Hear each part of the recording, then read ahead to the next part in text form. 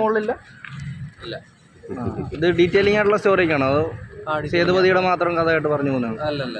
ഇനി ഒരു പാർട്ട് ഉണ്ടാവുമോ? ഇല്ല. എന്തെങ്കിലും നിരാശപ്പെടുത്തിയില്ല. ഇല്ല.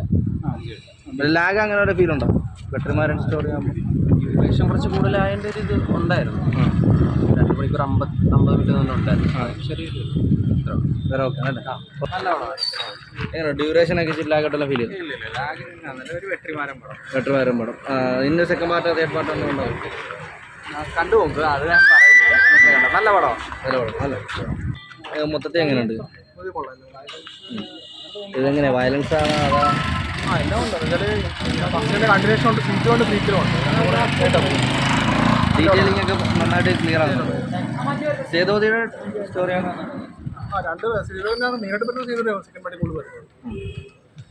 എങ്ങനെയുണ്ട് സെക്കൻഡ് പാർട്ട്? നന്നായിരുന്നു. ഫസ്റ്റ് പാർട്ട് പോലെ തന്നെയായിരുന്നു.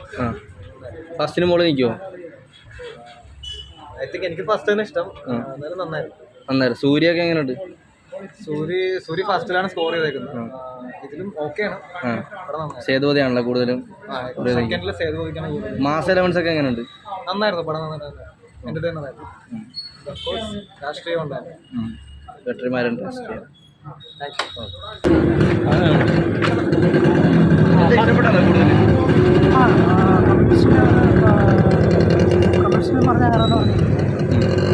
രാഷ്ട്രീയം പറഞ്ഞ് തീർക്കുവാണോ?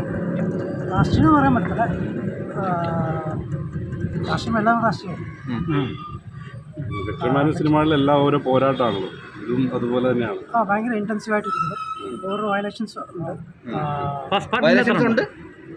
അല്ല ഭയങ്കര ഇൻറ്റൻസീവായിട്ടിരിക്കുന്നത്. ഭയങ്കര റായ. ഫസ്റ്റ് പാർട്ട് അത്രയും ഉണ്ട്. കമേഴ്ഷ്യൽ എന്ന് പറയാൻ പറ്റത്തില്ല. Pure Vettimar satisfying. വെട്ടിമാറിനും സിനിമ ഇഷ്ടപ്പെടുന്നവർക്ക് ഇഷ്ടപ്പെടും. തിയേറ്റർ എക്സ്പീരിയൻസ് ഉണ്ടാവും ഉറപ്പായിട്ടും. ഇളയരാജ ബാക്ക്ഗ്രൗണ്ട് ഈ പ്രായത്തിൽ ഇളയരാജയുടെ ബാക്ക്ഗ്രൗണ്ട് യങ്സ്റ്ററിനെക്കാളും ഇളയരാജയ്ക്ക് ഇങ്ങനെ ചെയ്യാൻ പറ്റത്തുള്ളൂ. ഈ ക്ലാസ് ആ ക്ലാസ് ഇപ്പോഴും അല്ല. ഇന്നത്തെ ട്രെൻഡിൽ ഇളയരാജ കംബാക്ക് എന്ന് പറയും. ആ. Thank you.